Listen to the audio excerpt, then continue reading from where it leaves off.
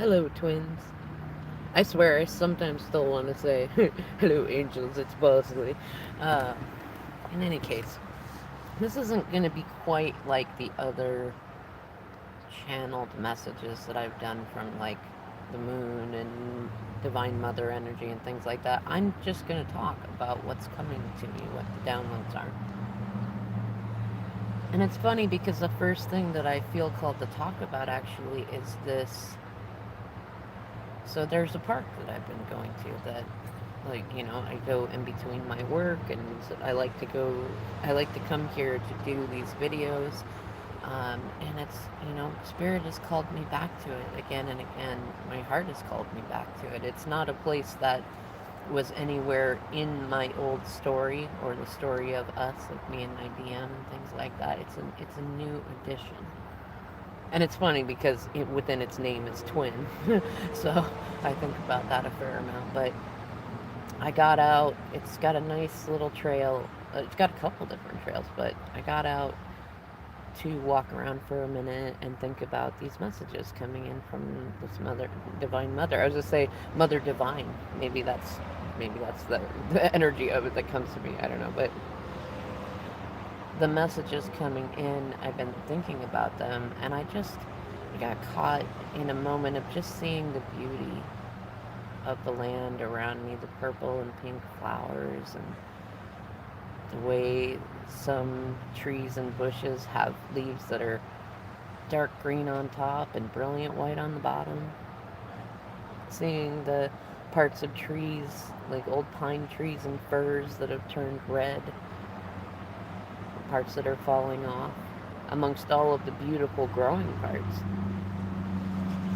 And I was allowing the messages to come in, and then as I came back to my car, thinking, okay, I'm going to do this now.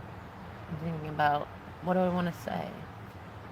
A big, huge bald eagle flew up, right up over me, and flew, and like, it's funny, it wasn't overly graceful, but it landed on the top branch of this really tall Douglas fir. And it's funny, it reminds me of a couple of different things. The first is that, like, when I really became aware of Twin Flame Journey and all the pieces fit together in those spaces, one of the first bits of advice given to me by Spirit through many means that were not, like, ignorable in the significance, was to take the hawk's eye view or the eagle eye view, to not get so caught up in what's going on right now in this immediate moment that I don't that I forget the long-term vision, and that I get so caught in, like, one-to-one interactions that I don't see all of it. And I can see why, not just for my journey with my twin, but in how I'm able to help other people alchemize the energies in their life. See, there goes the eagle's now flying off back off in the other direction. Um, but in being able to do that, you've got to be able to see the cycles. You've got to be able to see the seasons. Or not got to, but it's helpful. It's helpful. It's very helpful. And it also reminds me of something I learned early on about the Nine of Pentacles. And there's some teachings, I think it's a Taoist teaching, that talks about allowing the fruit to ripen. Like, you don't go up to a fruit and see that it's not ripe and complain at it that it's not ripe yet. Well, maybe you do, but generally it doesn't help anything to be upset at the fruit that it's not ripe soon enough. And you don't pluck it off, you don't throw it away, you don't rush it. You just know that the fruit will ripen on its own, that the tree has everything it needs within it to be able to ripen that fruit. And all you got to do is just come in and put your hand under the fruit every once in a while. When it is ready, when it is absolutely ripe, it will come away in your hand. And the other thing is, it's something that I learned about later, which is like, it's partly about self respect and self worth, because a lot of society conditions us to believe that if we have reasonable standards and boundaries and self respect, that we push people away, or that we have to be alone, or that we won't be likable, things like that. And so it kind of becomes this, nobody wants to be the apple at the top of the tree. But here's the thing though, like, yes, there are going to be way more people that are going to come up to the bottom of the apple tree and pluck an apple from the bottom. But guess which apples are also more likely to have bugs in them, or to be picked at by the birds, or to fall away and hit the ground before you get a chance to get to them. On top of that, typically it's more near the top of the tree that the tree puts the most energy into, because those are the parts that are still growing. So the apple at the top of the tree really is the sweetest, and it really is the most delicious. And even though you wouldn't think it, it's often more protected even from elements and creatures that would, they're going to go for the ones that are ripening the fastest, which are down near the bottom. And so they're going to get picked at those first. But here's the thing, even though there are more people that will go for the apples at the bottom, the apples in the middle, and the ones almost at the top, like, really, it's they're going to be more than enough people who recognize the value of the apple at the top of the tree. If you're an orchard and you sell apples, you know that the apples at the top of the tree, the apples that are hardest to get in the middle and things like that, they're going to be the most delicious, and you can sell them for more, or you can keep them for yourself and sell the others, and then you get the sweetest apples. And you're still, I mean, the other apples aren't necessarily bad. It's just that the apple at the top of the tree has far more value, just naturally, just in existing in the way that it is, in the way that it grew, you know? And instead of getting into this mindset of, like, society kind of conditions us to be in this mindset to where you want to be an apple at the bottom of the tree so someone will pluck you and take you home. I mean, not necessarily. Maybe it's better sometimes to be the apple even that was at the top and falls away and plants a new apple tree. I mean, you really can't beat becoming a tree that adds more oxygen to the world, that becomes more ancestors for all of us to pray to, that provides its own set of apples. That, because then you've got two trees with valuable apples at the top of the tree, right? There are no bad outcomes for the apple at the top of the tree. That's just like, that's the message here now. Even if you could logically contradict that, that's the message coming from this energy. And really, part of it is about self-worth, and the other part about it is learning that your self-respect makes you more attractive, not less attractive. Especially because there are far more people who are willing to, in some way, sell themselves or settle, or, let's put it this way, just like there's plenty of people who will come up and pluck the bottom tree, come on, words, just like there's so many people that will come and take the apples that are at the bottom of the tree, there are more than enough apples at the bottom of the tree. You know what I mean? They're a dime a dozen kind of apple, and so are the people coming to get them. And when you treat yourself like the apple at the top of the tree, you become something that is much more rare. Not that it's uncommon, but you become something that is much more rare. And it's also a metaphor of looking at what you attract in your vibration. Do you want a dime a dozen person? Somebody that does pretty much everything that everybody else does coming towards you? I'm not knocking it. If that's what you want, that's fine. But this probably isn't a message for you if you feel good with that, Like, if you want to be treated like the apple at the top of the tree, then you have to be willing to be self-disciplined in your heart, your mind, your spirit, and in terms of self-respect, and to recognize that even if the wait is longer, even if the challenges are somewhat greater, in anything that's in there, that it's worth it, that you are worth it. You want to be the kind of person that would pluck the apple at the top of the tree when it is ripe.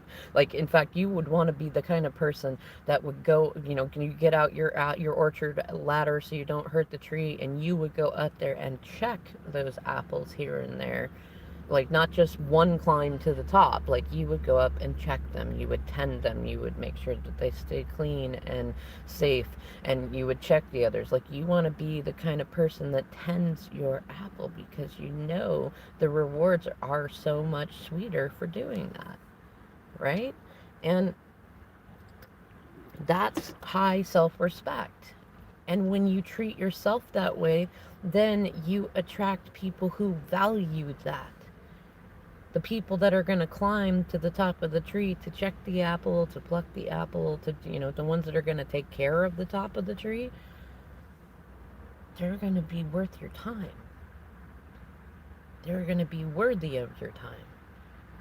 You're going to be worthy of their time. They're going to be worth your time. And no, that doesn't always mean,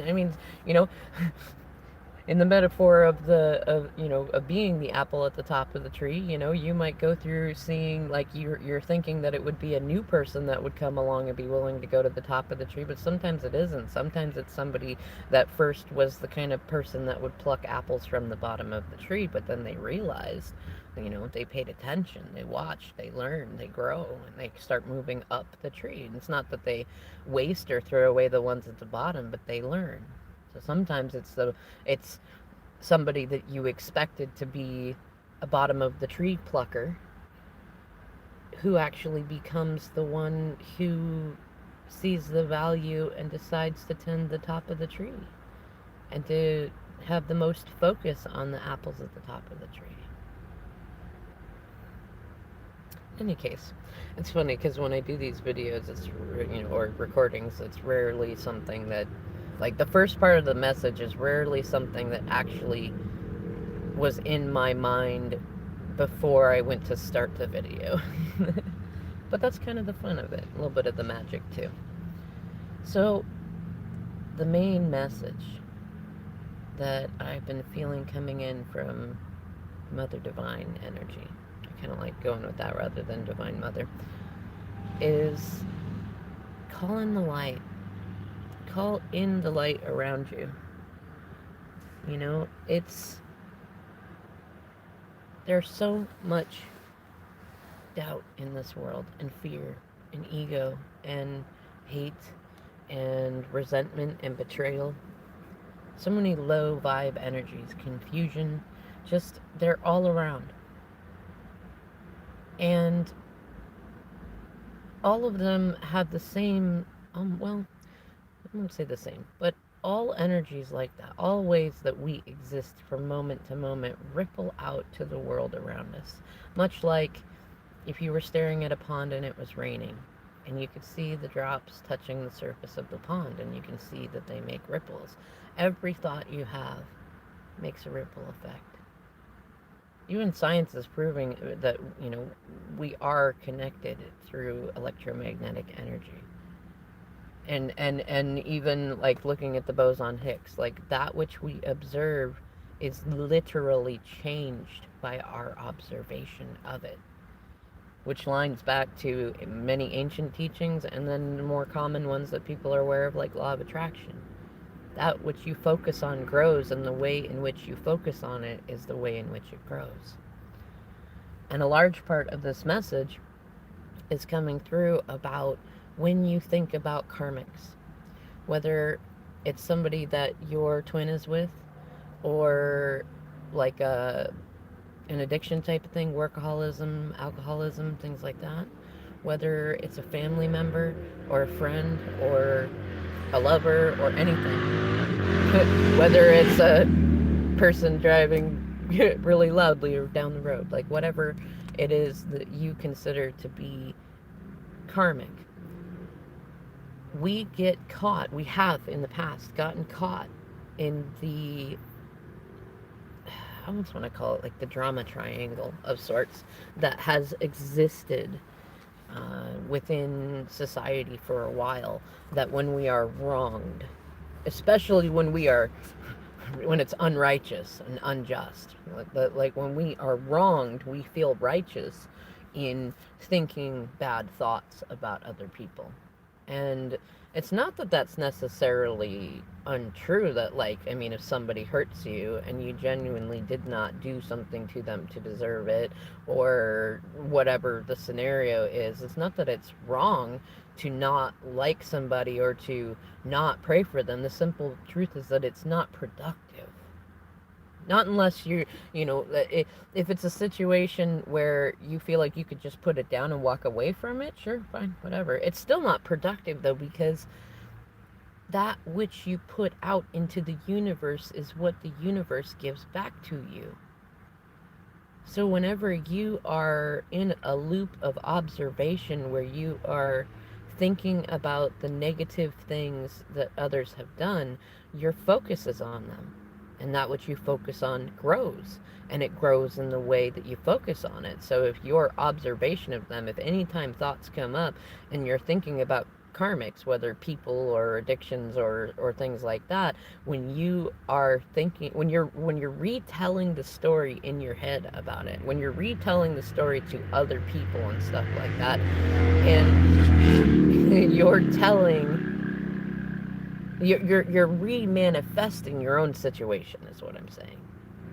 So, and then on top of that, you continue to manifest the ripples of the old, of the outdated ways of doing things, of being caught in judgment and resentment and hate and betrayal and things like that. You renew that. You bring it back into your reality. You reconstitute it in the rest of the collective also. And anyone around you, and especially if you've been on this journey for a while and in any sort of like conscious capacity, you may have noticed that you can go up and fight all the things that you want. You know, you can fight the people, you can do all that stuff, but you never seem to win. Like, you never seem to get what it is that you want or who it is that you want. And part of the reason is because we are in a reality where everyone reflects us, and we've been in this very specific energy for at least the last year and a half that I've been kind of calling this Lady of the Lake energy, to where everyone around us is basically like spirit is having them all be like the Lady of the Lake test is where you face yourself, but you face the worst part of yourself. You know, like you go in and you have your good and your bad and your light and your dark. Now the version of you that you face is like almost pure ego, and it knows all of your tricks. It knows your heart. It knows everything. Like, it knows all the things. And so long as you are fighting that version of you, you're fighting your ego, you're fighting against injustices, you're trying to outmaneuver a being that is you and can anticipate everything that you might do. And even though you can also anticipate them, you cannot win so long as you are fighting. So long as in your mind you are re-inviting, re-manifesting, re-conjuring that same scenario over and over again. And the answer to that challenge is always to stop and to love yourself, to love your squishes, to love your ego. And if you take that metaphor and you extend that to the people and situations and memories and things like that that you've been through, that you're going through, and that you will go through, and to alchemize that into self-love and love for others, into more empathy, that creates more ripple effects. I think that's part of why a lot of the twins have been awakened and called in, why they've been reborn in more often, because it did used to be a much rarer thing. And I think that right now we're in a position to where the energies are aligned for us to be able to create more ripple effects that heal things. And I can tell you, I mean, I'm sure there'll be, well, I don't know what to say. I don't think a lot of people get attracted to these videos that aren't already on the same wavelength. But anybody who might argue that that it doesn't seem logical. Like, I mean, send me an email, give me a call, send me a text, because I've had enough experiences that I can guarantee in my own life and my own vibration that every time that I have done this, that I have leaned towards the light, that I have leaned towards love, that I've called in light and called in love, and that I have forgiven anyone who's, quote, trespassed me, that I've worked to release it no matter how many times it's come up, no matter how many times it's been redone. It, it works. It works. Like when you choose self love, when you choose light, when you choose love for all beings on the earth, it changes things. And it mostly happens on an energetic level. I've had plenty of experiences where I can simply take a day and I can get my head straight and be like, what am I doing focusing on resentment or envy or whatever? What am I doing sitting around being sad, like remanifesting the same story? I want to change the story. I want to change the game.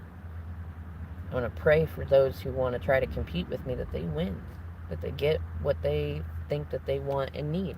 It's faster, it's easier, it's more effective, and usually my first intuition was correct, that they really didn't want what they wanted, but it was a step towards what they wanted, or a step towards learning what they needed to learn in order to get what they really wanted.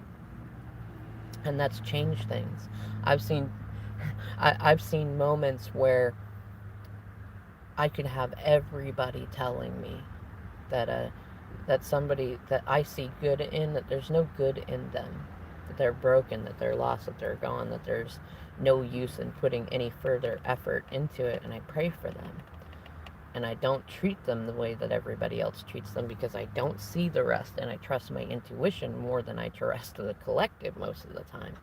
And I've seen those people, and even if they didn't know that I was praying for them in that way, even if they didn't know that I invested my own manifesting energies into seeing them stand up in the light and stand up in love and grow and evolve, even if they didn't know, they still did exactly, well, almost exactly what I pictured them doing when I allowed the story to be rewritten in my own mind in a way that felt like me. Like, I mean, I'm certainly not perfect. I have my vengeful moments, I have my mean moments, I have my moments. I am 100% human. Though that's rare when I've ever felt good about doing anything from a space of anger or resentment or even righteousness. In fact, it feels far more righteous to me to be in an energy of empathy for everyone and everything, and to not see anyone as broken, to not see anyone as irreparable, to not see anyone as needing to be fixed, to see everyone as a piece of the whole, to see everyone as either somebody who is a direct healer, not healer, but somebody who helps provide environments that we can heal in, and people that provide like triggering environments, stagnating ones, trapping ones, so that we can decide to choose ourselves. Which often happens between twins, but it can also happen with karmics. And it's so often, I think, that we end up contributing to the ickier ripples and threads that go on around us collectively, simply by telling ourselves stories in our heads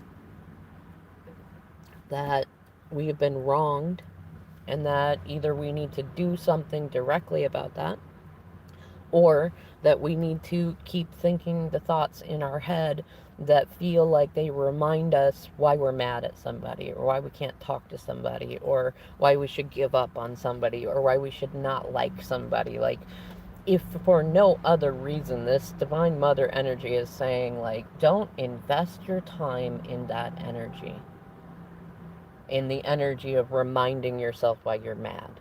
reminding yourself how people hurt you, saving evidence of how people hurt you. Get away from that stuff. Let it go.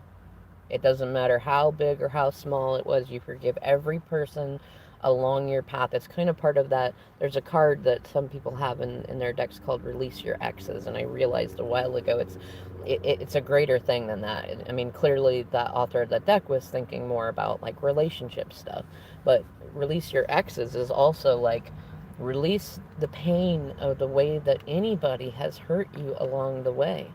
Really look to forgive it. Don't just compartmentalize it. Don't just be like, I'm over it.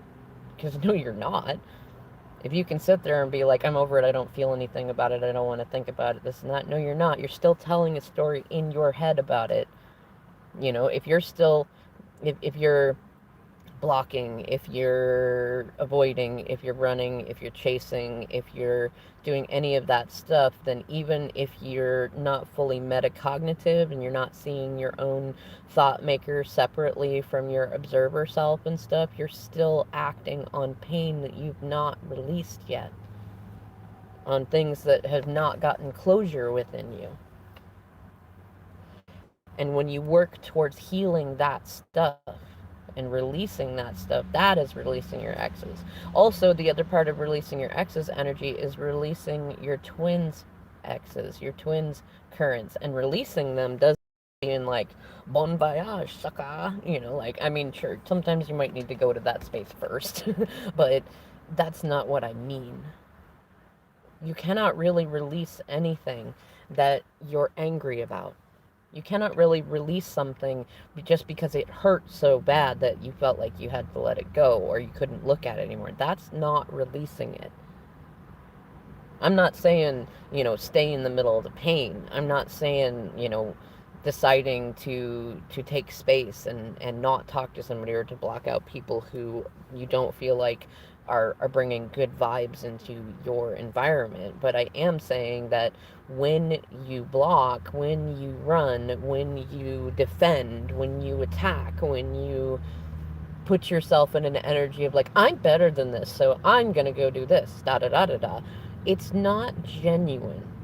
I'm not saying there's a thing wrong with it. I'm not judging it in a sense of like you're wrong for being that way. I'm saying energetically, the way that the universe looks at it is you're creating a waffly vibration because you still want the thing. You still want the connection with the person. It could be a friend that like you disconnected with because it got too painful to connect with them or whatever it is. If you did that and you still want the connection with them, but you're acting in a 3D way, like you don't want the connection with them, then you're creating a waffly vibration, It works the same way with an active friendship where you're still connecting with them, but you don't really like what they have to say, or you feel triggered by it, or whatever thing it is. If you're holding on to the friendship because you don't want to hurt anybody's feelings, or you don't want to feel disloyal or things like that, but then in your actions, you're not feeding the friendship in healthy ways, you're manifesting a waffly vibration. And it works the same way with twin flame stuff. Is that like, and I'm not just talking about karmics as other people either. You have your own karmic spaces. That's part of what messages are like about. Messages like this are about, because karma is often pain, in a way.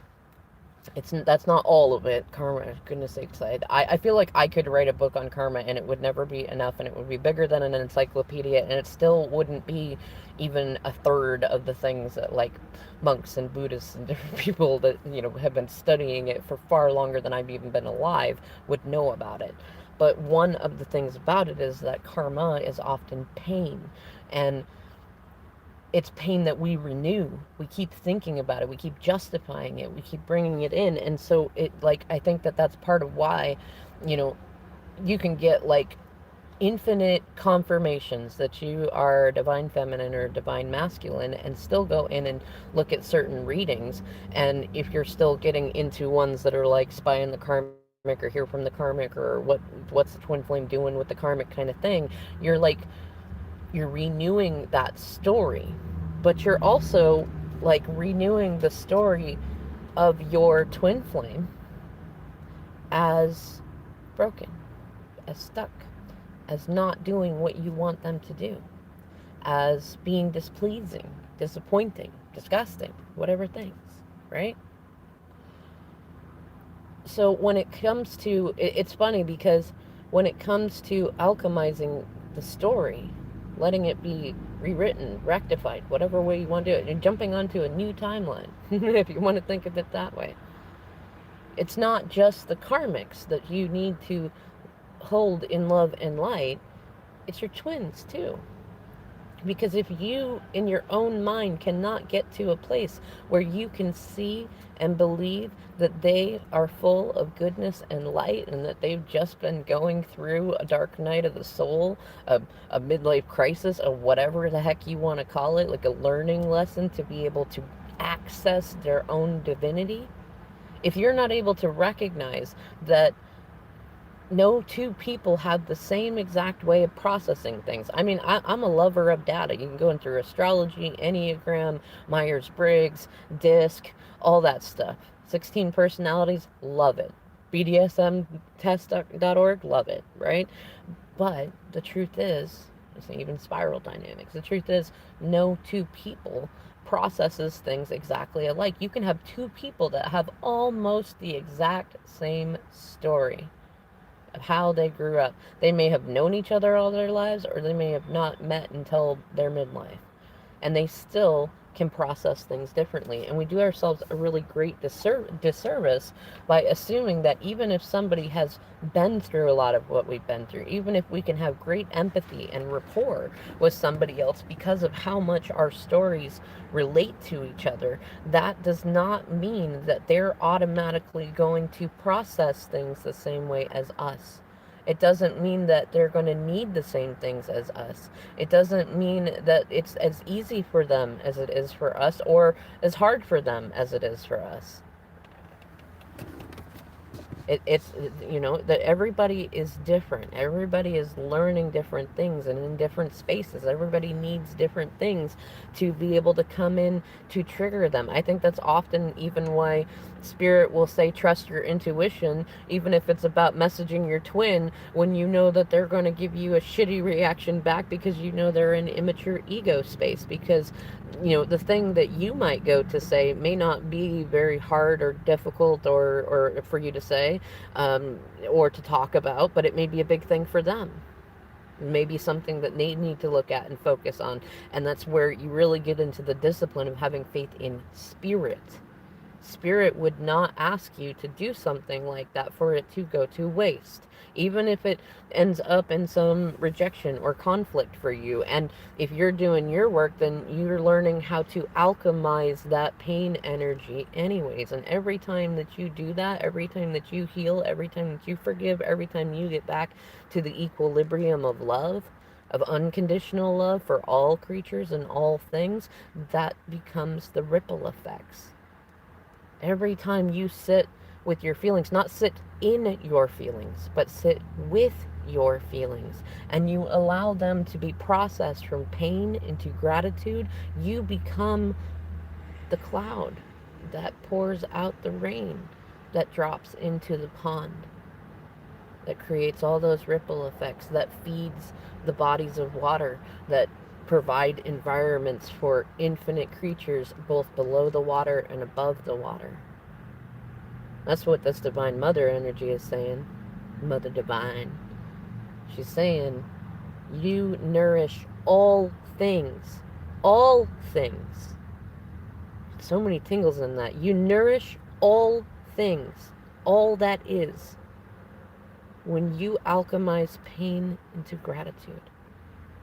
And I don't care how many times you go across the stumbling blocks where you might go from spaces where you're in pain and you're thinking about alchemizing it into gratitude, but you're missing steps in the middle, so you're not quite actually doing that, but you're practicing it.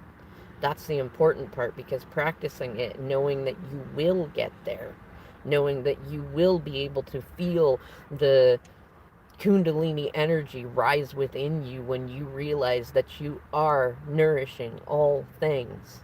When you alchemize energy this way. And there's a lot, I think, in the twin flame journey to where I've talked to many of you. I know many of you have heard my story, and I know my own story to those that, to things that I have not shared on the channel or with people that I work with and stuff. And I know that a lot of us are in a space to where we'd never accept the kind of treatment that we've allowed in from our twin flames.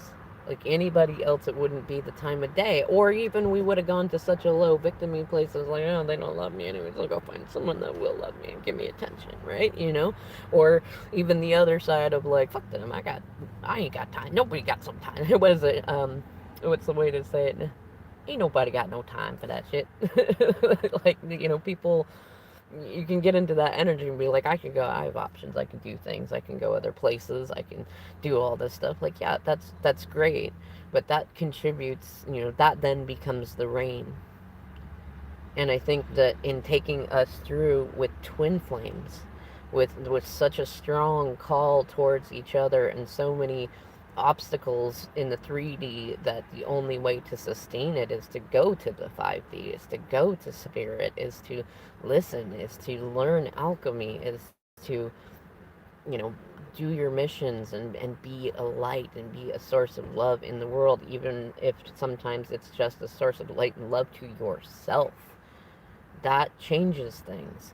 And I know many people who, if it had not been for meeting their twin flame, would still have a great deal of hate and hurt and resentment in their hearts, that they would be regularly contributing to the collective co creation of more pain and more karma and more karmics in the world, if it weren't for their twin flame, that they keep finding ways to forgive, that they keep finding ways to say, okay, like I'm not justifying what they're doing, though I'm learning more about their story. I'm understanding that they need different things than I need. I'm seeing that it's a journey that doesn't need to be rushed. I'm seeing that there are so many infinite outcomes that are wonderful outcomes for everybody involved, and I'm open to all of those outcomes, and and things like that. And I think that in getting to that space where we can do that with somebody that we genuinely feel like is that we share a heart with them, we share a soul with them, we share an invisible thread with them, whatever way that you want to think about it. Like, if we're able to do that with somebody that we love so much, even through the thick and the thin, through rich or poor, through better or worse, through maturity and immaturity, all that stuff, that we can then do that with other people in our lives, people from the past, people from the future, people in the present. And the more that we do it, I think the more consistent thing that I've seen actually is that you're much more likely to see an instant response of your prayers and your manifestings in positive ways through people who are not your twin flame. Because your twin flame is, it's not even necessarily something that they are doing. It's kind of, you're too close to it. And then on top of that, because of the way that spirit works it out, often we need to be in our separate boxing corners, and so there has to be a separation in the middle so that we can learn to trust spirit, because we're seeing that time and time again, when we alchemize icky low vibe stuff into high vibe stuff, even just in our own hearts and our minds, and we see the changes that come through in people that have often no idea that we are praying well for them, that we are envisioning them doing well and getting along with us, and things like that. Then, I mean, how many times do you need to see that happen with other people around you before you recognize it is happening with your DM? It is happening with your DF. Just because you can't see it doesn't mean it doesn't exist. When I was driving here, thinking about this message, there was a truck in front of me, all red, and it had two Harley Davidson stickers on the back windows of the truck, and a dog in the back. And that's all I saw. And I was driving behind this truck for a while, in the light, in the shadow, all that stuff. And then, at like the sixth stoplight, when I, and I'd been stopped behind it at a few lights before, but I noticed that in the bottom, which you'd think it would stick out really, really big with all that red and black, was a very bright green Gumby sticker. And my mind tried to justify maybe I was just too far away from the truck to see it. Maybe, and I was like, no, because I've been up behind the truck and been as I've been thinking, I've been looking at it, and there's a lot of things about that truck that were significant to information that Spirit's giving me about my own journey too. So like I was genuinely looking at that truck, and I recall that that Gumby sticker was not there. And then I thought about all the others. Maybe I was more zoned out. Maybe I was more in the, in the message, so to speak. Maybe I just didn't see it. Or maybe there's, and then it's like, okay, so I'm going to throw out all the rules and rationale that typical society goes for. Let's embrace the absurd and see what other things there could possibly be. It could be that something about the thoughts that I was thinking unlocked something for me, and the Gumby sticker was there the whole time, and I just didn't see it until I got to that certain thought space, and then it became sort of the leaky cauldron of sorts. Like, it's always been there, and muggles pass by it all the frickin' time, but nobody sees it. It's right under their noses until you have seen it, and then you cannot unsee it. That's what got me, is like this truck was still in front of me for a little bit, and I saw the dog moving back and forth. Sometimes the dog was in front of where the Gumby sticker was, but I could still clearly, in my mind's eye, see the Gumby sticker right where it was. And when the dog moved, it was right there, right where I had last seen it. So how is it that being right there with it in one half of the journey, I didn't see the Gumby sticker? And then in the other half of the journey, even if the Gumby sticker was covered up, I could still see it. Now you can take that story any way you want it. The way that my guides worked the message towards me is that it was new. It was sort of a timeline jump, different truck. That gets a little more into absurdities. It depends on how comfortable you're willing going that far. But it wasn't on the truck before. And then it was on the truck, and now that is the truck in the current timeline of reality that I exist in, and it is there. And it also reminded me of something that Spirit brought to me when I was in such crisis mode, when my DM first went out on this first big mission for himself, the mission of saving himself. And I had some friends lead me back to the moon, lead me back to water, lead me back to earth and grounding and things like that.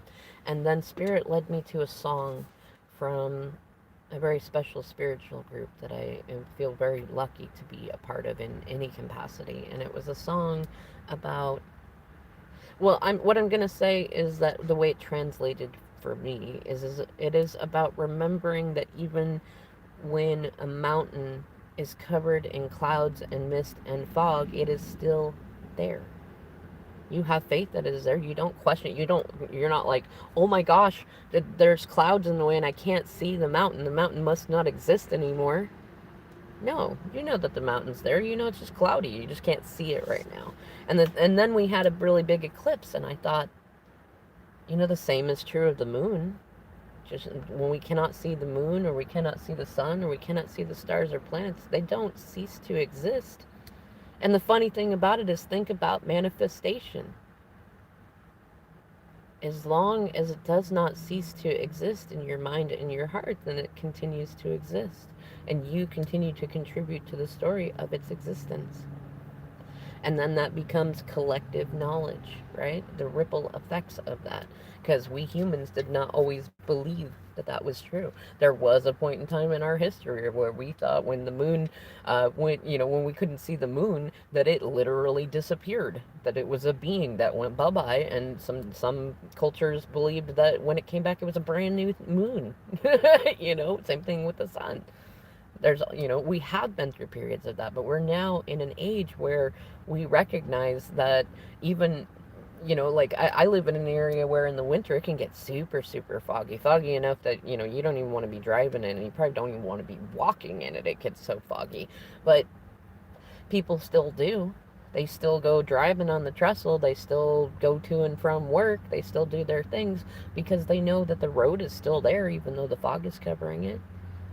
They know that if they go slow, they can avoid accidents, that they can be led through it. They go by old knowledge of what the road is like, where it is, and what it's been, and intuition of, do I need to slow down even more, or am I good to just kind of keep going at a general pace?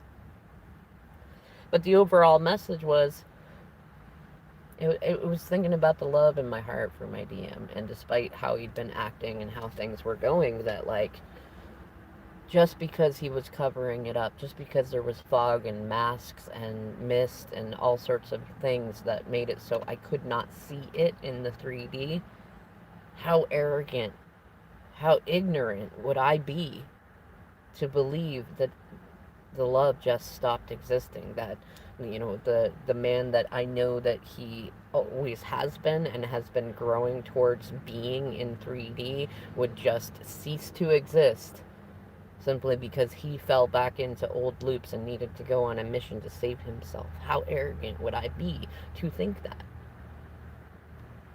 And I'm super grateful and appreciative to Spirit for having brought those lessons to my attention. And I think that right now, this Mother Divine energy is really saying that same kind of thing to you.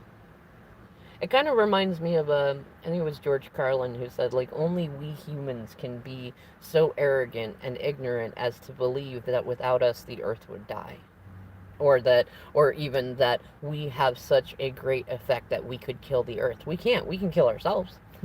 We can kill off, the bees and various different things. But if all that would result in, like, if let's say we get, what is it, the whole greenhouse effect, and, like, we kill off all our food and shit like that, we would die. Our species would die. We would not exist, but the earth would find a way. Like the earth found a way before we evolved on it or got put on it, whatever way you want to see it. The earth would not cease to exist, but without us confirming its existence, therein is another question, is then, does it really exist if there's nobody to confirm that it exists?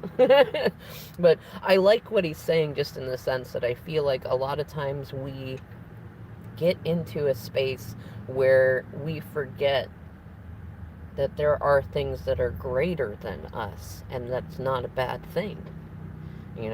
I'm more a proponent of free will than determinism, but I think that both have roles, and I think especially it depends on what you want it to be. I don't necessarily believe that there's, like, some written script that, like, we are all playing out on, but I do believe that we do come in to learn various things and have various experiences, and that Spirit wants to support us in getting to our highest selves in each lifetime and things like that. And I do believe that, because I believe in manifestation, I do believe that there are definitely timelines and storylines and ways that we collectively up-level with each other and change the landscape of what things are like around us. And so there is a kind of the feel of some determinism in there. So it's kind of the feel of, like, a destiny or a fate kind of thing. And you know what? If you like believing in destiny and fate, hold on to it. I mean, as long as you're not using destiny or fate to hold yourself down, like, I guess I'm just destined to be alone. Like, if you're doing that shit, knock that off. That's not good. But if you feel like your destiny is to help bring more love and light into the world, to be able to be that cloud that rains down and has ripple effects that brings more love and light into the collective, and that makes you feel good, then keep it. If it makes you feel good, keep it. If it makes you feel good, keep it, And the other really big message that came through is, go to your 5D space and really envision, well, how do I put it? Envision everybody winning, everybody getting what they say that they want, everybody leveling up. If you, in particular, if you've got a situation where you have your twin in a situationship with a karmic, especially if they're any sort of caught in any sort of toxic pain cycles. If you keep envisioning them as the bad guy, if you keep calling in this heroes, villains, victim thing, if you see them as broken or just I know a lot of people kind of subscribe to the idea that some people come into this world just to be karmics. I don't like that. I don't agree with that. I don't remanifest that into my reality that there are some people who just came to this earth to be evil, to be able to trigger us to choose good. It's not, it doesn't feel right for me. And this energy is telling me to suggest that you don't do that either, and that instead you see everybody as capable of taking greater steps into the light and into their own goodness, and that you don't dismiss darkness, shadow, things like that either, because there are just as many horrors found in the light as there are treasures in the dark.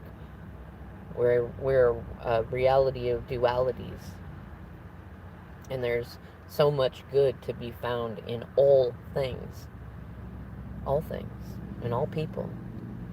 And when you become a source, like for spirit, of being able to hold all people and all things in your mind in a similar way to what Abraham talks about in terms of see things through the eyes of Source. Source does not hate anybody. Source doesn't judge anybody. Source doesn't look at anything that anybody's doing and say, that's an awful decision. It doesn't. Like, Spirit looks at us. I mean, I think because it's learned through our collective mind, I think it mostly laughs at us a lot, laughs with us a lot, like kind of that divine comedy thing, though it doesn't judge the experience. It doesn't judge our maturity level. It doesn't judge whether anything we are doing is wrong or right. Even if we completely screwed up the earth, it would not look at us as bad. And I think that the more people can get to a space where we see life as about experiences, as about alchemizing, low vibe stuff and pain and old loops into, I'm not saying like going towards blissed out positivity, just simply that everybody is capable. Nobody is broken. I feel like, and there's a few other messages I might do too, but it feels like the only times I've ever seen people as broken and I've ever seen anyone else seeing others as broken is when we feel broken. Only the broken see the broken. Only those in narcissistic energy see narcissists. Only those, who are both the hero, or who are the hero, the victim, and the villain see other heroes, victims, and villains. Only those who feel like they need rescuing become rescuers. Only those who feel like they need to be taken care of become caretakers, that kind of thing. So think about that. If it's easy to manifest that sort of thing in that sort of logic, then it makes just as much sense to say that those who see love everywhere feel love from everywhere. They get love from everywhere, and they don't have to really work for it either. Especially because when you get down to the bare necessities and the bare basics of things, and you realize all you really needed was to love yourself, then everything else is a delicious bonus. And you start taking things far less personally, which means you stop contributing to the cycles of drama and things like that, and you start to alchemize that.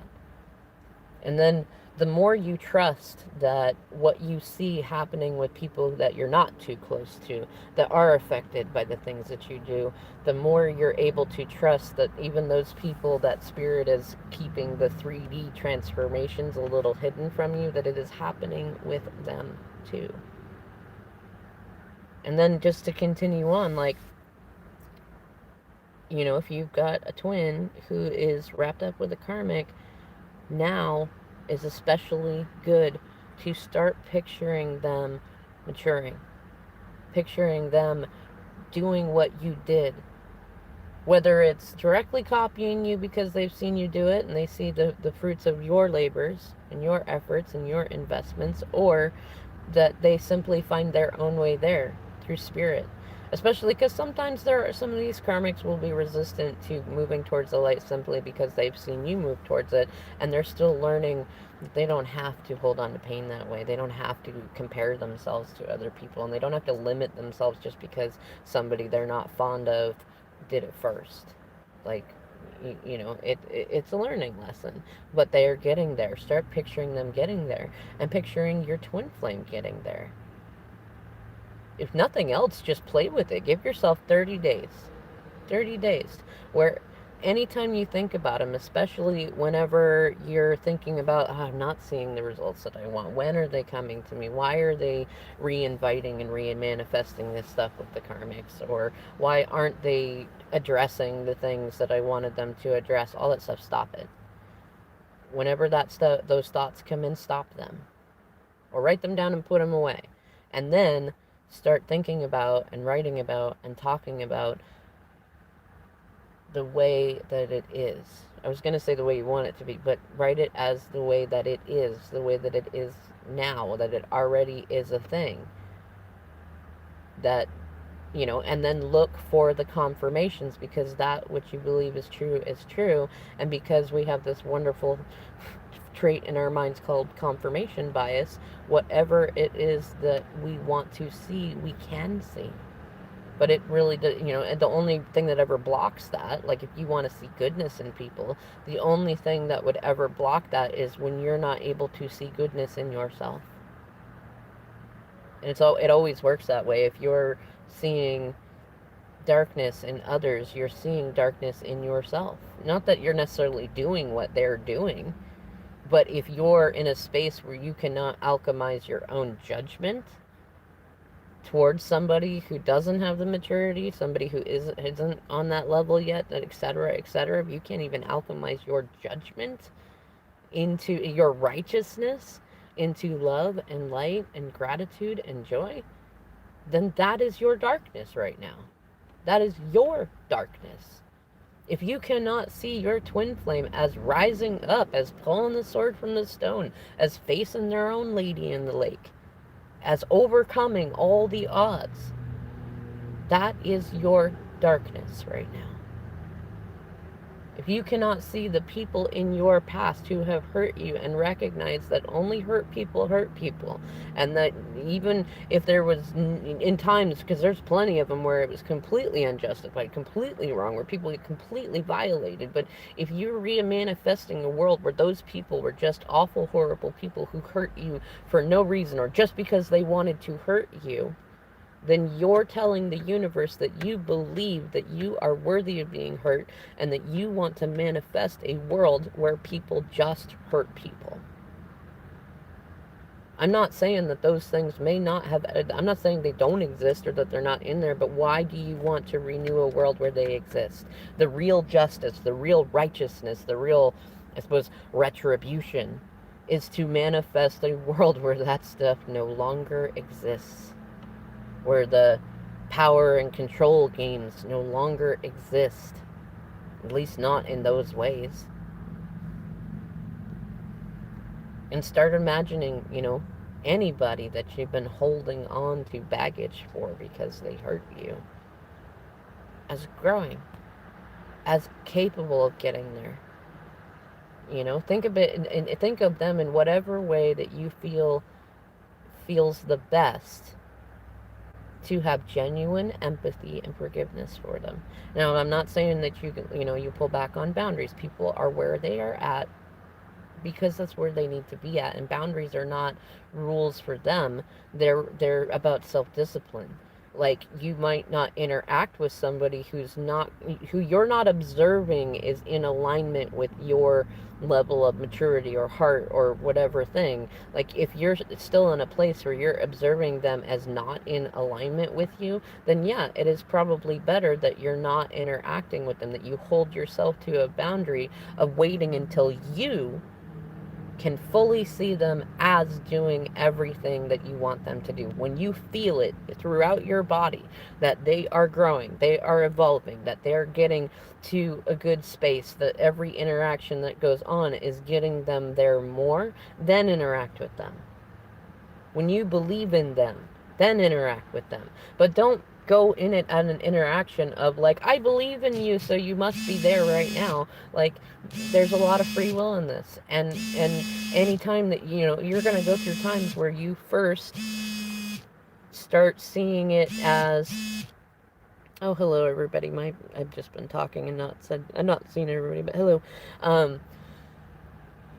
Let's say my phone started ringing on there. All right, Spirit, you're gonna bring that back. Oh, that's what I was going to say. You're probably going to go through the process of, like, at first, you're like, yeah, that's my jam. I can get to a space where I can be grateful for them, and I can see them as changing and this and that, and then you reach out to them, and either they don't reach back. That's probably the biggest one. Let's say that you're like, yes, I'm in my love and my light, and I'm drinking my Maverick water, and ting, and I'm doing all my stuff, and I'm seeing them in love and light, and then you reach out to them and they don't reach back. Then what happens? You get to that space where you start doubting whether or not it might actually work, right? And this will often be, day one, month one, year one, year five, but the thing is, when you send that out to them, when you first get to that belief and then you go to test it, it's because you're still testing it. It's not a bad thing. It's not a judgment. It's actually a good sign. And also, you need to account for time for old momentum to dissipate and become new momentum. Just like, if you were allowing somebody back, let's say you're allowing your twin flame back into your life, and they were starting to show all the positive attributes that you want to see from them in order to feel safe with them, to have faith in them. You probably wouldn't just assume that day one, when they show you positive behaviors, that they're totally there and that there's not going to be a whole ton of like really big conflict and stuff. You're going to want to see them do it over time. And that makes sense. I think we should also get away from that to a degree, but it makes sense. And so, like, don't hold yourself at first to this level of being able to suddenly change your thoughts and then it's there. Like, it's a process. You want to practice it for at least 30 days in terms of getting to that thought space, and then it's even beyond those 30 days, like up to 90 days, where you're really going to start to see the results of how alchemizing old pain energy. Wow, strong ringing in my ear, my right ear. When you start getting into alchemizing that energy, you start to see the results. So, like, when you get into love and light space and you see them there and you decide you're going to reach out, or they reach out and you reach back and then it goes quiet, let's say some sort of a ghosting thing, look at how you feel in that space. Look at how you feel in the spaces in between. Do you suddenly start questioning if you were right, if it was them, if it was wrong, if it was right? Do you need to run to talk to somebody else about it? Do you need to sit and, like, hyperfixate on all the little things? I'm certainly not judging any of that. I've been there. I've done all that. But, like, when you still see yourself needing to do those things, that's part of why you're not in alignment yet. Because that right now is your darkness. It's your shadow work, right? Just like you have light work, your shadow work. And light work is getting to the space where you can hold all things in light and love most of the time, more consistently than you hold things in shadow. And so you're likely to go through it. Like, you get to hot, positive, happy space, you see it in your mind, you send a message, you don't get nothing. You go through the shadow work of abandonment and doubt and things like that, and then you get better at it, and then you do it again. And then maybe you get, like, a contrast effect. Like, maybe, they're testing you on this. Are you really changed? Do you really believe in me? Do you really see something here that I don't see? And, they might give you kind of a weird response. And then, a little bit later, it might be that, like, what you're doing is actually having a positive effect, and now it's creating kind of this dissonance in them because they put themselves in a situation with, somebody in karmic energy who is definitely repelled by that light energy and is feeling threatened by it. And then they don't know what to do with themselves, so then they end up fighting with you because, well, you're able to alchemize that stuff a lot better, and even it's not conscious, but subconsciously they know that. And So then then let's say you get into an argument with them. Then what happens? When you get into an argument with your twin, what happens? You go to a low vibe place. Maybe I was wrong about them. Maybe I'm not as ready for this as I thought. Maybe I'm not as good at alchemizing things into gratitude as I thought. Maybe I'm not as practiced at it. Maybe I'm not where I'm at. Maybe this is the wrong person. Maybe I'm doing the wrong thing. Oh my gosh, I want somebody to talk to tell me that I'm not crazy. And you know, what if I want to keep talking about it? What if my heart and my head and my intuition tell me to keep diving into this, even though it looks like I'm diving into bear poop? Like, who can I talk to that won't make me feel like I'm crazy because I want to keep doing that? You know, and you go into that low vibey state, and then you get triggered into all the fights that you had before, all the times that you've had to wait before, all the times that they've done things that have hurt you and not corrected them. And then even after that, then you might start like intentionally going towards your shadow work. You might start seeing your own darknesses in there, your own shadow work in there. And maybe you're like, okay, I can see how I'm reflecting. Like if you're, you know, if you're not with your twin and they're with a karmic third party and you also have a karmic third party, whether like it's marriages or things like that or anything, you know, any sort of thing like that, or like if they have an addiction, you have addiction or stuff like that, like you might start going looking at that and going, oh yeah, all right, well, I mean, even if I didn't care about not being a hypocrite, that's creating a waffly vibration. How can I demand that my twin flame, you know, come to me and leave everything else behind when I'm not willing to leave the safety of what I have until I have their confirmation? You can't have it both ways. Either you're ready and you're willing to put down your comfort zone and the things that you think that you need to be safe, and you're willing to surrender to spirit and to wait in that, not wait, but like to be in that space where you don't have like all the comforts and things, the safety mechanisms that society and your upbringing have taught you that you need to have in order to survive. Like, guess what? You're asking your twin to do the same fucking thing. You're asking them to abandon everything that they have previously known to equal safety. Safety, survival. A lot of twin flames have been put through a lot of situations early on that really were about their survival. It meant surviving to hold on to toxic friends. It meant survival to be defiant and petulant. It meant survival to be able to drink away your pain or do the drugs or do the things. It meant survival. And yes, a lot of it was perceived. A lot of it was projections. A lot of it was stuff that's been put on them and other people that were effectively delusions. But it feels real. It feels real, and you can tell that it feels real if you're staying with your family, if you're staying with your husband or wife, if you're staying with friends that are not in alignment with the path that you're going on because you feel like you can't financially survive or you can't emotionally survive or you can't do that. Guess what? That's what you're fucking asking your twin to do when you won't even do it. When you won't even do it. When you won't even do it.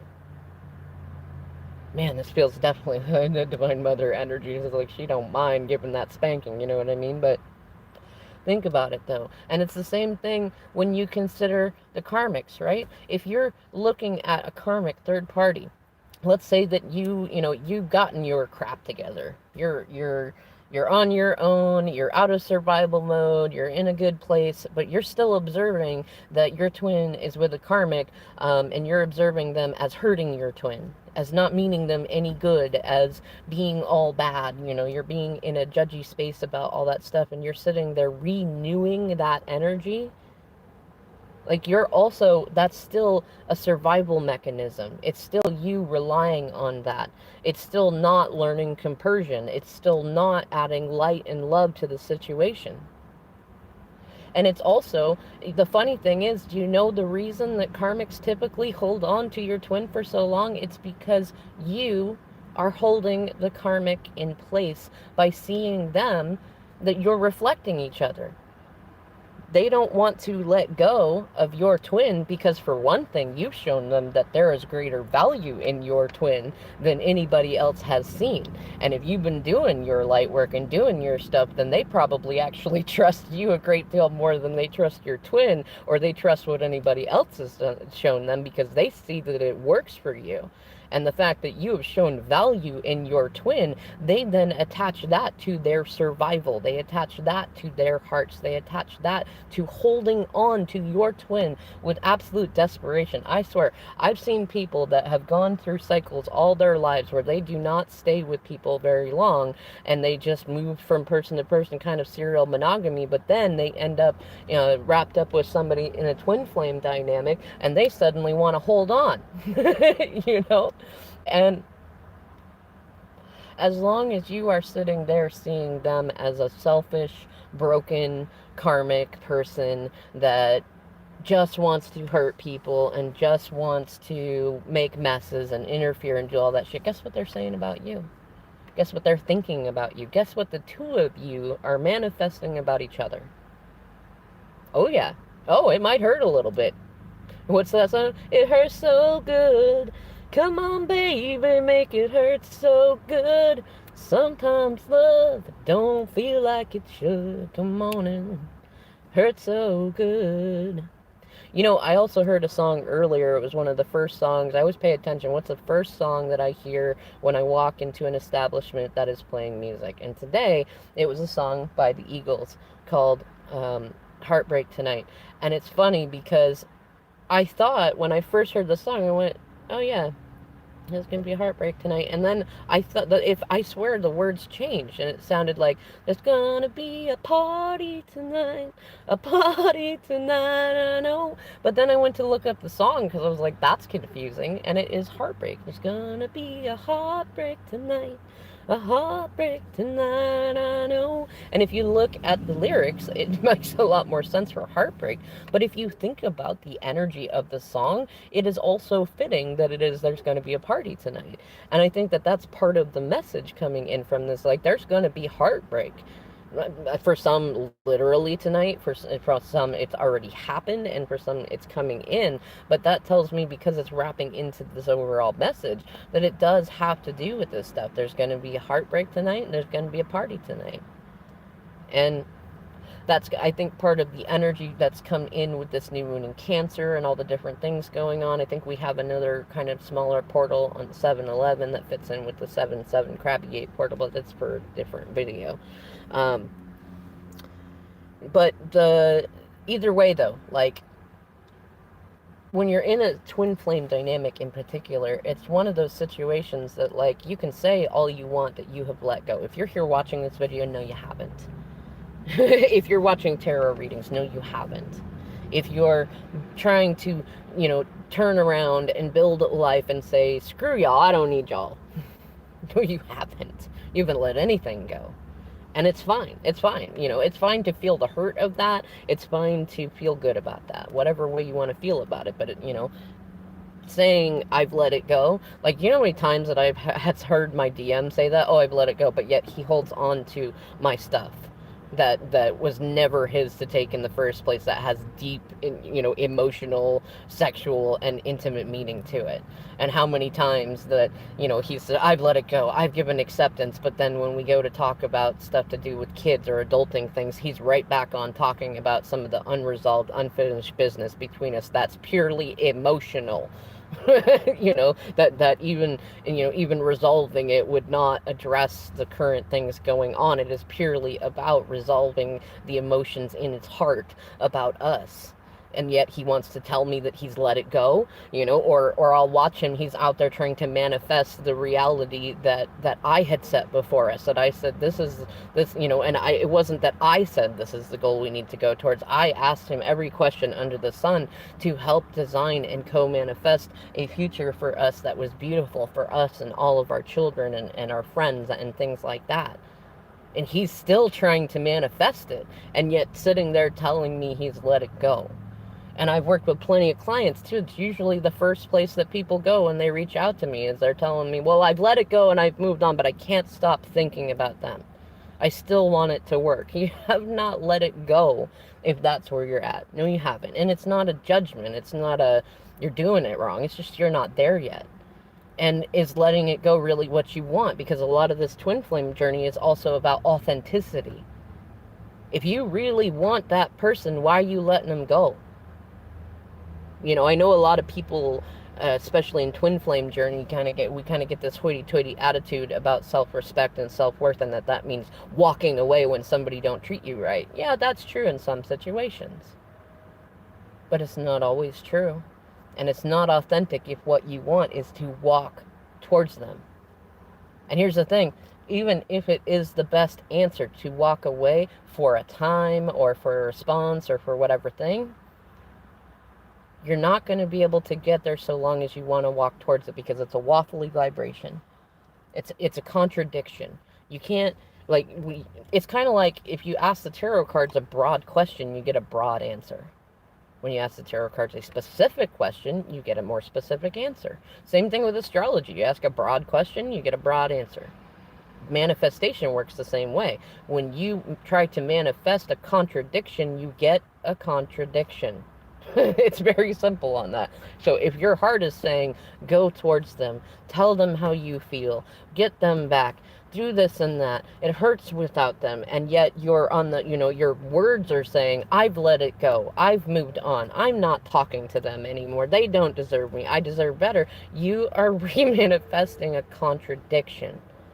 It's the same thing too if you want to sit there and say, well, I'm divine, I'm a divine feminine, I'm a divine masculine, and I do good and I do this and that, but you can't love your karmics. You can't love your own karmics and see them as loving and light, even though you want to get them, you want to let them go, and you can't love your twin flames karmics. It's a contradiction. It's not that it's bad. It's not that it's a wrong choice. It's not that you can't learn anything from that way or you can't get any value from it. It's simply that if your energy is spent in thinking about and feeling about contradictions, you manifest more contradictions. Now, I'm not saying that means that just because you want to go towards them and you want to tell them all of that, how you feel and stuff, that's necessarily the right thing to do. What I'm saying is it's authentic. And that, yeah, you might get hurt really freaking bad every time you go towards it. It really, it depends on what's worth it to you. Do you want to manifest a world where you feel like you'll never be hurt? You'll never experience pain or grief or not being chosen or being cheated on or things like that? If that's the world that you want, okay, keep going. You're never going to achieve a world where you're never hurt.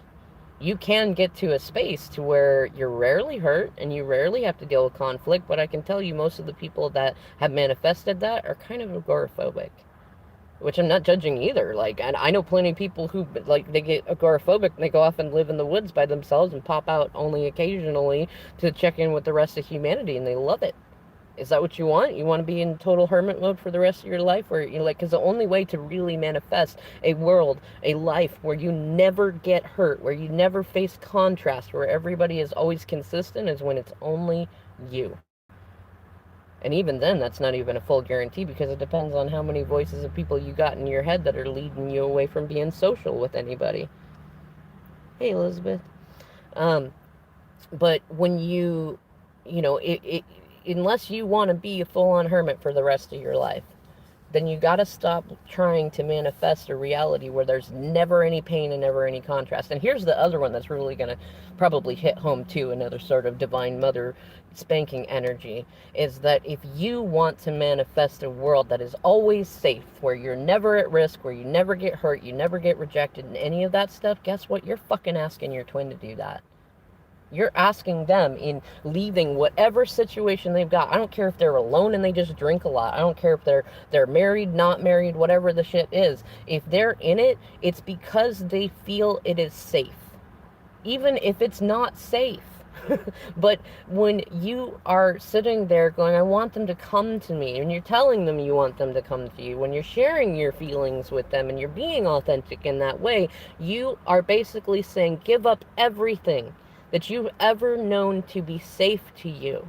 Whether it's not, whether it is or it's not, everything that you feel, everything that you've experienced in your life that keeps you safe, whether it keeps you happy or not, you're asking them to let that go and have complete faith. Just take a complete leap of faith towards you and let all of that go. And I mean, for some twins, it's only letting go of a few things. Like for some twins, it's just letting go of a karmic and dealing with the kind of the emotional shame of getting into it with them at all. And but they still have family and friends and coworkers and jobs and things like that. For others, they've gotten themselves into such a situation because they've remanifested the cycles and loops that their parents played out with them or around them, or ancestral traumas, generational traumas, things like that, that to come to you especially before they've taken the time to get themselves together, that is like throwing out every lick of safety. And human beings, and especially until we get to a certain point of being enlightened and being conscious and having metacognitive spaces to where we can actually think about our thinking and see the difference between reality and a projection, the difference between what is and what can be manifested, until we get to that space where we have safety in ourselves and safety in spirit, then everything in the 3D can trigger that need to feel that like you need to feel safe, that you cannot be alone, that you cannot survive in yourself. Especially we're talking about twins that have been ultra conditioned by parents and siblings and partners to believe they got two screws loose, or they're just super bipolar, or that there's that there's something wrong with them, that they're not safe unless they do all the codependent things, that they're not safe if they don't have enough money, that they won't be seen as a man if they don't provide, if they're not macho, that they won't be seen as a woman worth any salt if she don't put out, or if she doesn't keep it all in and not put out at all. We're talking about people that have had a lot of conditioning to condition them to believe that they are still needing to survive even if they're not. And by you sitting there pining and saying, why won't they come to me? Why won't they just come to me right now? It's so easy. Why don't they just drop that person that they're not happy with, whether they're good, bad, or whatever? Why don't they just drop them? Why don't they just ignore what their family says, what their friends say, what their bosses say? Why don't they just ignore those negative thoughts and come towards me? Well, guess what? You're doing it too. And you cannot manifest somebody coming out of that shit when you're not facing your own shit. It's that is the fact of it.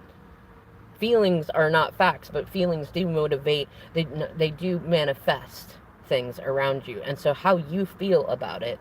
And here's the thing too, while you're sitting there saying, well, it's so easy, they should just come to me, they should just have faith in spirit and take this leap of faith and let go of everything that they've ever known to be safe, admit that they were wrong, and put themselves fully and trustworthy into this relationship, and never cause any conflict, never lie to me again, never hurt me again, never look at another woman again, never have a link with an ex, all this stuff. Well, how can you ask them to do that if you're not willing to let go of everything that you feel keeps you safe in 3D? If you're not willing to have the discipline to have full faith in spirit, to do what it says, whether people think you're crazy or weird or not, whether it means periods of solitude and periods of really weird social time, whatever it means. I'm not saying that you just, I'm not a fan of, if spirit tells you to jump off a bridge, you freaking jump off a bridge. I don't think that spirit is saying that. Not unless it's, not unless it's clearly a low bridge and you've seen other people doing it and it's more about just getting you to face a fear, but you're perfectly safe, in which case all of the indications will be around you that it is safe to do it. But what I mean is, like, we're not lemmings, and we're not meant to be lemmings. I think that's part of why spirit first teaches us how to discern the difference between our ego, our id, our intuition, spirit, and other people's energies that come and go from our own energy sphere. So you can discern the difference. And also, spirit never forces. Like, it could tell you to jump off a bridge into a river, and you can say, nah, I really don't feel like doing that. It's too cold. I don't know where it's going. I don't want to do that. Spirit's not going to be like, oh, you bad, naughty person. You didn't jump off the bridge when I said. Spirit's going to be like, all right. I mean, when you jumped in there, you might have noticed that your twin was hanging out under the bridge, and that would have been really cool and magical, but whatever. or maybe you would have found something down there that would have given you a clue about the next thing to say to your twin, or about the next step to take in your career or whatever. And but it's not like it can't find another opportunity to present you with the same evidence, the same advice, the same things like that. And maybe because you listen to this message, if spirit says, hey, jump off that bridge, and you're pretty sure in discernment wise that spirit is saying to do that, you don't have to jump on the bridge. Maybe just go down under the bridge to see what's down there.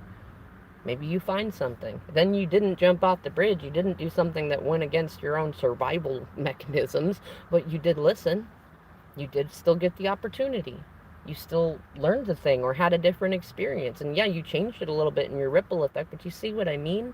Like, we're not supposed to be lemmings, but we do need to be disciplined enough to be able to listen to our own intuition and to listen to spirit, which is never shouting. It's never hateful. It never tells you to attack. It never tells you to hurt. It never tells you to maim. It never tells you to see people as broken or wrong or to judge them in harsh ways. It never does. Spirit and your intuition typically say, hey, come this way. Hey, this feels really good to your heart. Hey, this will be good for you. Hey, have faith. Sometimes a negative reaction is actually a positive reaction. Hey, ask about this thing. Forget that person. Find a way to release that baggage because it's good for you, even if, and that's the truth of it too. You don't always forgive people for them. Sometimes you forgive people for you because it doesn't help anybody to hold on to that stuff. And it just keeps remanifesting that stuff. You're basically letting them have real estate in your heart and your mind by holding on to the things that they did to you, and then it colors everything you do. Even if you don't think about it on a regular basis, it sits in your subconscious and becomes the lens through which you view things.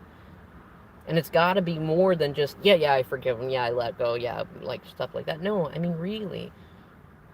I mean people who've done really deep shit to you. Both because you deserve to be healed of it, and also because, guess what? If you got a twin flame who's caught in a karmic situation, especially a toxic one, they didn't end up there because that's what they like. They didn't end up there because they're just a shit person. They didn't end up there because they want to hurt you. In fact, most cases, they ended up there because they did not want to hurt you. And they assumed that you would just move on.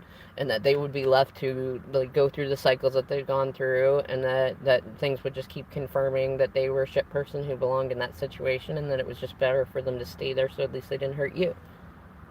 That's where most of their thoughts are at. I've talked to enough twins on both sides of it in all scenarios. That's pretty common.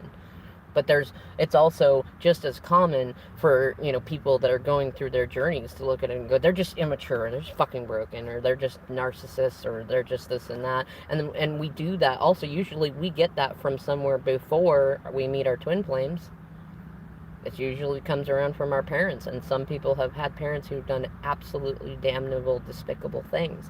And, you might be sitting here going, how can you ask me to forgive them? But for one thing, it's not just me asking. This is Divine Mother energy. And it's not necessarily asking. It's saying, do it. Find a way. Make it work. And don't just half-ass it. Don't just say, yeah, I forgive them.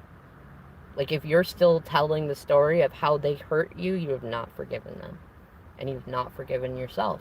And there's a universal truth that oftentimes when we've not forgiven someone else, it's because we're not forgiven ourselves. And even if we were the victim in that scenario, I mean, think about the amount of times that babies get hurt by adults. Like, there's nothing you could have done to prevent that. But there's still that survivor's guilt. There's still that, feeling like you should have been able to defend yourself and things like that. It's still something to look at. It's not logical because it's about emotions. It's about love. And some things you cannot go at from a logical angle alone. Not until you really got into a space to where you can recognize that not all logic is logical. Not all rational. In fact, most of the time when we're talking about being rational, we're actually being quite emotional. In any case, it's definitely time. It's time, twins. It's time, angels, to start calling in the light and calling in the love. For everyone that has ever done anything that you feel like was wrong to you or did injustice to you, it's time to ask for their benevolent angels to come and help them. It's time to ask for, their benevolent ancestors to come help them, and for your benevolent ancestors and guides and angels and totems to come and help you in doing this work. This is light work. Go into the 5D. Picture these people. Talk to them in the 5D space. Hear what you need to hear. Say what you need to say. Whatever it is that you've got to do, do it. And call in light around them. Say, I call in the light. I call in love. I call in benevolent assistance. And not divine intervention. Don't call that in. Divine knows when interventions are needed. You're not actually going, and don't go into this space going, I'm going to heal you by calling in your ancestors and angels and then you'll come to me. No. Do it because they deserve it. Do it for yourself because you deserve it for you. And I mean, do it with emphasis with anybody that you have thought of as karmic so far, who has been karmic for you. Do it especially for them, because hurt people, and they need your prayers more than anybody else. And also, I'm being told in this moment, this is a part of your mission work. It's not your first mission, and it won't be your last mission like that either. Go in and forgive people. Even more so the people that have actually done wrong things to you or to others. And go in and get into a space where you're seeing things not in wrong or right, not in hero, victim, villain. Go into a space to where you can see your karmics going, this situation isn't totally crap and I could squeeze a lot more out of it, but I'm just not happy here. And my own happiness, my own ability to feel gratitude and joy, that's more important to me right now. Go in and see your twin flames as doing similar things. And then, don't be contradictory. Be that way yourself. I'm not saying let go of your twin. I'm not saying go out and get somebody new. I'm saying love yourself. Choose yourself. Recognize that if you're not in a union where you feel happy, grateful. I'm not saying a union where it's always constantly exciting and everything. I'm saying if you're not satisfied with what you got going on around you, let's say that you've been chaste, you've been single, whatever way you want to put at it. And it might not be that you need to release human karmics. That might not be the way that you choose yourself and reflect your twin and their karmic. It might be that if you're at a job where you're not satisfied, you choose yourself and you start looking for jobs that would be more satisfying rather than ones that are just based on how much money you make or the schedule you get or the benefits you get. Look for something that feels fun and satisfying. And likewise, look at how you treat yourself. How's your hygiene routine? How's your connection with your naturopath or your doctor? How is your connection with your family? How's your social life look? How long have you been sitting in solitude? Or likewise, if the other way, how much have you been leaning too much on social support and not been really allowing in the gifts that solitude can bring? Look at the places in your life where you are not choosing you, where you're being codependent with other people because you had a good connection with them, or because they're your family, or because you made an agreement to them. Look at those things and release them, and release those things and those people knowing that they taught you a lot. You learned a lot. You're getting to the space where you can hear messages like this and understand what the fuck I'm saying. That's an up level. That's good. And I don't care what stage you are in the journey. If you're hearing this and you're still sitting with this, whether you started when I went on live or you're going to listen to it later, if you're able to sit with it, if it doesn't make you completely exhausted or completely pissed off or things like that, and you can sit with it and go with it, you have learned a lot. You have evolved a lot. You have grown a lot in the contrast of the way you feel people have hurt you. And when you can alchemize the ways that you feel like people have hurt you into gratitude, because you realize that it's not that just that you become stronger, you become more loving, you become more light, you become more you, then you no longer continue to re-manifest the old cycles of stuff, the old ripples that continue on, where you wish them pain and they wish you pain, and you pretend on the outside like you're all good with it and everything because society dictates it should be that way, or because you got to be careful of courts or whatever human bullshit that we put in the middle of there. When you start to alchemize that into, what, I am comfortable with all outcomes and with all that is, because I can see in it my own growth, my own benevolence, my own light work. And I can see that my thoughts are clear enough and filtered enough and disciplined enough that when I choose to intentionally put my focus into a thing, a person, or a place, it has direct, immediate effects. And the more that I focus on the joy of doing that, the more of that energy I call into this world, that is then reflected through my twin and through their karmics and through my karmics. It is all affected. And I'm getting the message too that for those of you that have noticed that like your twin flame's karmic may have been copying you either outright, or or not copying, but like imitating you and stuff like that, it may have triggered you.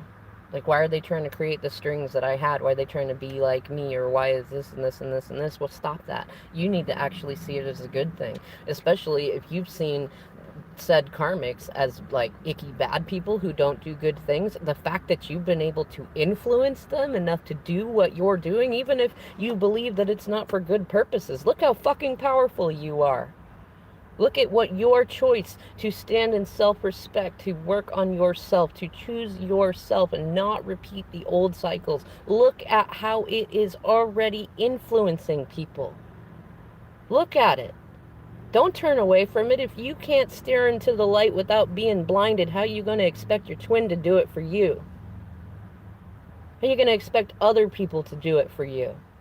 If you can't look at the light and love it, and not be burned by it, you can't expect other people to do that yet either then. And it's not a judgment. It's okay if you're not ready yet. But just acknowledge where you are. It will help take some of the rush off of things. It will take the edge off the knife, so to speak.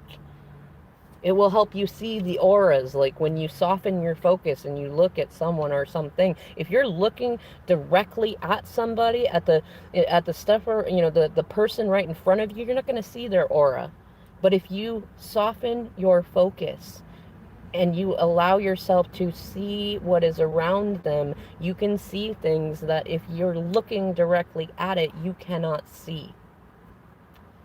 And I think, oh man, there's so many downloads coming in. Another message is that you're too close. If what you're observing is simply your twin not coming to you, you're too close.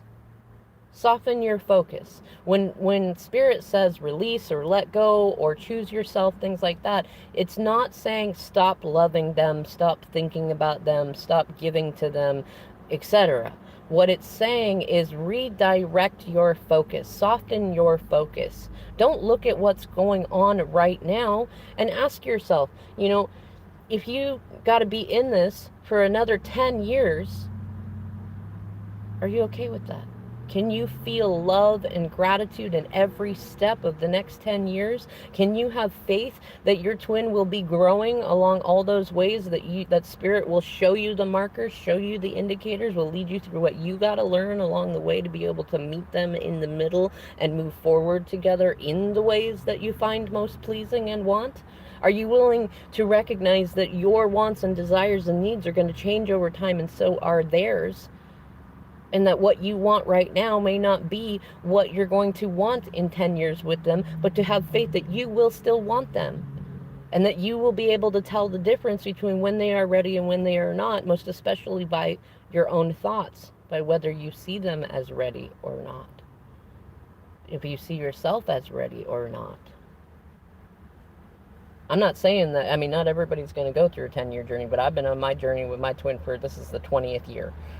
And we've not been separate the whole time. We had 14 and a half years actually in a sort of union. It was kind of a pseudo union because he'd been hurt by people in the past before him, and so he was not fully giving himself to me, and that's what I called him out on. That's why we went into the mission of separation, because I finally put my boobs on, my balls on, I put my masculine energy on and said, enough, enough. But I also I got caught up in the same crap that everybody else gets caught up in. It must be narcissism, or I must not be good enough, or he must just be broken, or things like that. And none of that helped anything. None of it helped anything. I did that for years. That's what got us to that space, to where I was like just pulling out my swords and cutting people's head off with their head, off with their head, off with their head. And I'm not even joking. I got into that space. I was in so much pain. And it lasted for so long that I became convinced it would not stop unless I cut it off. And I didn't realize up until, last year that I did that with a lot of things. It was not necessary. And then I didn't do it with things in times when it was the right choice. I made a lot of mistakes on my own path, and a lot of us have made mistakes on our own path, and we do ourselves a great disservice to sit here and say, well, I'm divine and I'm doing the right stuff and my shit is righteous because so-and-so started it, or because they didn't come to me, or because this. You only contribute to the remanifestation of reality as you have known it to exist when you let yourself sit in those thinking spaces. Because your thinking space, your imagination, your memories, that is what you use to manifest. And the way that you interpret the things that have happened to you adds to that. And then your emotional energy adds to that. And then you continue to tell yourself that story. So this Divine Mother energy is saying, tell new stories. Tell new stories. Tell new stories. And there's a recent reading that I'm feeling calling in my head that Maverick did, that was talking about change your game piece. This is a part of that. Change the whole freaking game. You don't have to reinvent yourself completely. You don't have to have all new people and stuff in your environment. You can release some and keep others and change your mind later and do whatever it is that you feel called to do when you feel called to do it in the moment. But start rewriting the story. Allow the story to be rectified. There's so much that I need to teach on Patreon, because I know it's stuff that shouldn't just be sitting out here on Facebook or on YouTube or whatever. Like, it's stuff that is... It's powerful. It's powerful. And I know that the people that are willing to come to my Patreon and contribute to that they're going to be in that right vibration to be able to hear it in a different way than how it would be heard here on YouTube. But what I can say is that I've been through enough experiences that I can tell you can rectify your timeline. You can create new realities. You can allow your story to be rectified. But first, you got to be able to believe it. You got to be able to believe it. I think maybe that's why the Patreon thing came into my mind. If you can believe in this stuff enough to give me $5 a month to talk to you, you can believe that things can be better, that things can go just the way that your heart wants them to go, even though your brain's telling them it ain't gonna go that way unless you pull out your Queen or King of Swords and keep people, at sword's length. You got a lot more power in you, especially if you can influence a karmic. If you can, in fact, I would dare say that if your twin flame is ultra stubborn, arrogant, petulant, and things like that, and you still are on a journey with them, you have influenced them, and that's some fucking power. Especially if it's happened through love, through you choosing yourself, through you speaking your truth, through you not running away. Especially because most of you listening right now probably felt like you've been the chaser when you've not. You've been the runner. And to get out of the runner-chaser dynamics, you got to be able to change the game. Not because you have to, because you can. Not because you think it'll change something with your twin flame and their karmic or anything like that. Just to experience the ability of your own ability to do that. And when you start manifesting things into this world just because it is fun for you to do it, you become lighter. And every time you interact with somebody, whether it's somebody that you just pass by on the street and smile at or don't smile at or whatever, you change them. That becomes ripple effects because they are affected by the thoughts that you are thinking in your head. Spirit teaches us a lot of this stuff through like synchronicities. If you're anytime that you see a synchronicity like 111, 1234, or an eagle flying over the top of your head, or a truck that has a meaningful symbol on it, think about what you were thinking about right in that moment when you saw it.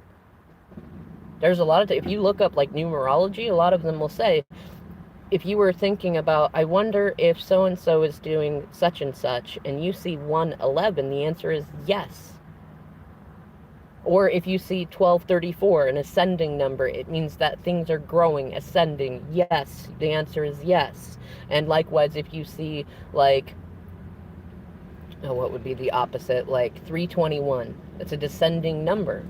The answer is not no, or not right now, or things are unwinding. It can sometimes be a yes, because if your question is about are they getting free, then a descending numerological synchronicity could be yes. Yes, they are. You know? But there are a lot of ways that spirit leads us back to thinking about our own thinking, because that is where everything starts. That is the nebula of manifestation. It is the cradle of gases and weird minerals and things that we don't even fully understand.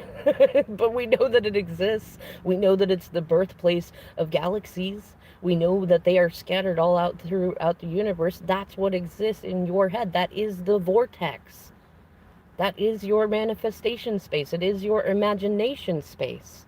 That's where things start. If you cannot get yourself to at least want to start believing, to start trying to rewrite a story where you are not always picked on, where you are never just hurt just to be hurt, where nobody in this world is here just to be a bad guy in somebody's life, where you believe that everybody is capable of everything and that you can be happy no matter what situation you're in. When you get to a space where you no longer feel compulsively like you have to be in some kind of relationship or roommate dynamic or family thing or job, when you no longer are living based on survival mode and just what feels safest until you feel like it's safe enough to take a leap of faith to have what you want, when you are living in complement rather than contradiction, when you are telling yourself that the story you want to be true is already true and you live as if it is, then the universe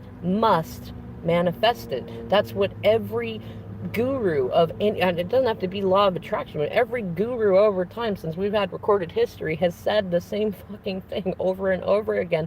And those who actually practice it consistently are the ones that become the gurus, so to speak. They become the ones who chat at you and tell you how to do it. They become the ones who get the money, who get the guy, who get the girl, who get the thing, who get to be magical, who get to sit there and call people on their crap all day to help them get into alignment to do the same thing. They're proof of it.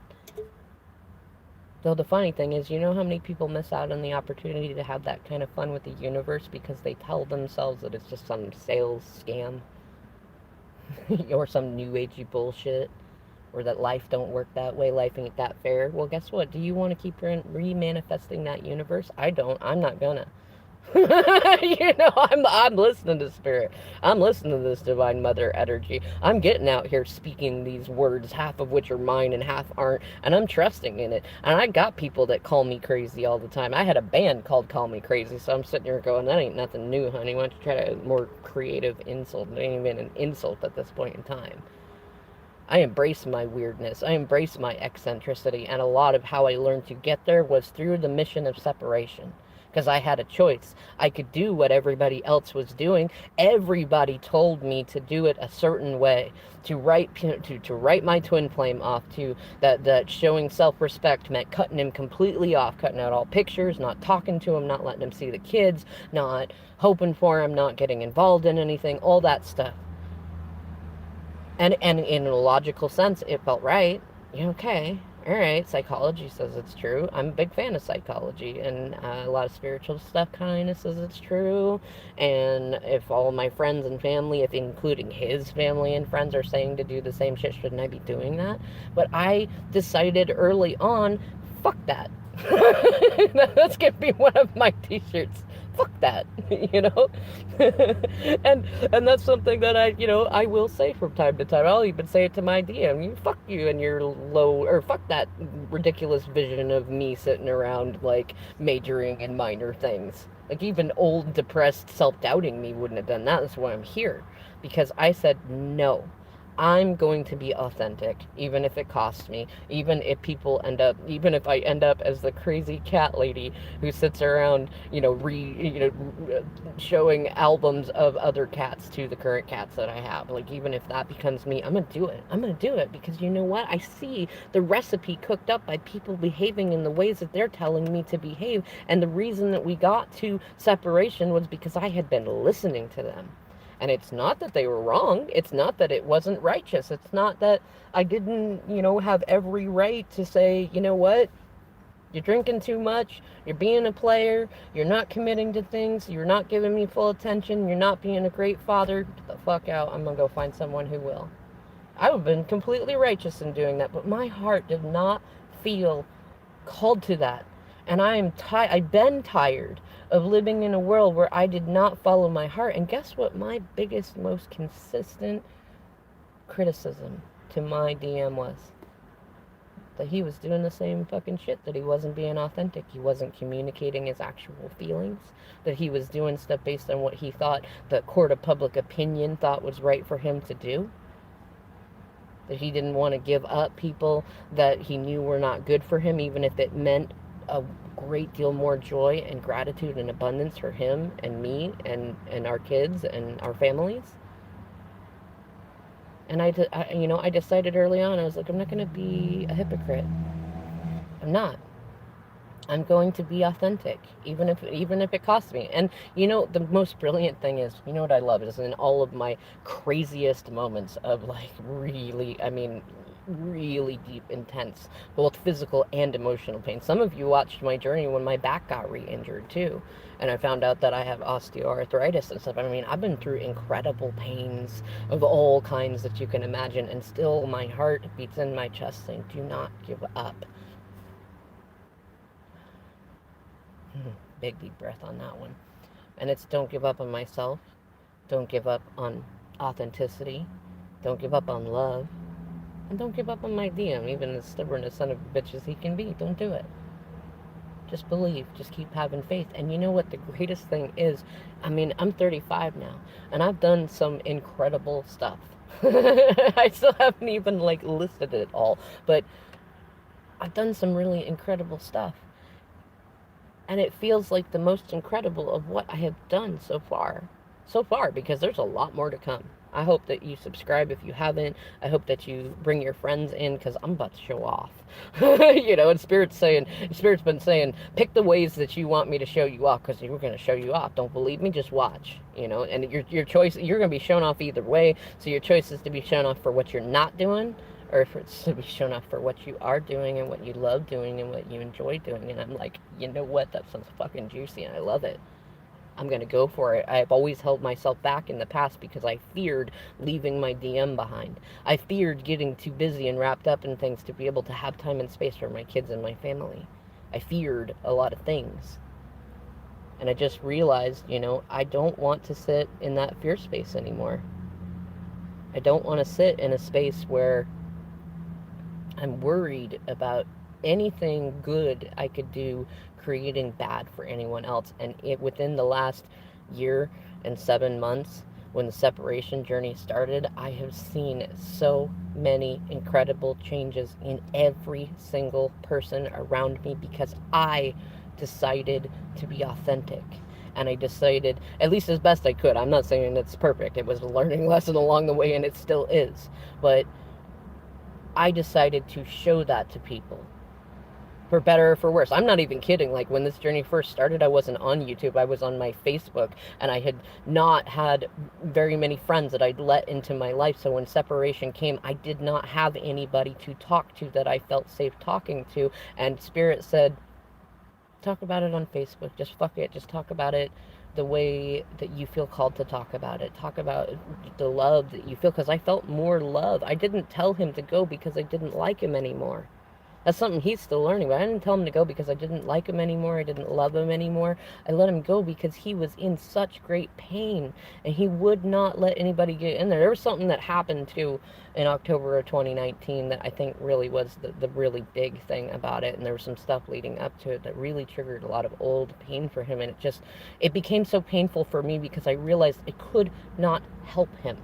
I had not leveled up enough to know what to do, and I was in such pain from the pain that he was tossing around, because when you don't heal your traumas, you bleed all over people who had nothing to do with it. And effectively, I was covered in that energetic blood of it. I had to take space to be able to clean off and learn some things for myself and get into that space. But I didn't tell him to go because I was even really that angry with him. I was just hurt and overwhelmed and unsure of what to do. And I mean, I even told him in the past, typically the only time that I will cut off a partner or a really, really good friend or a family member is if I can see that our interactions are hurting them more than they are helping them or making them feel good. That's the thing that hurts me the most, is seeing somebody hurt themselves and I can't help. Or at least that was in the past. It's not quite a trigger as much anymore, but it was very painful. But I didn't let him go because I didn't want to be with him anymore. He still takes it as that's what I did, or that I turned him down on marriage because I wanted to hurt him. Like, he's used to living in a world where people hurt people just because. He doesn't even have, like, I'll ask him at the time, like, why would I do that? Why would I do that? And he'll say, I don't know, because he doesn't know, because there aren't really any answers to why people hurt other people. But I acted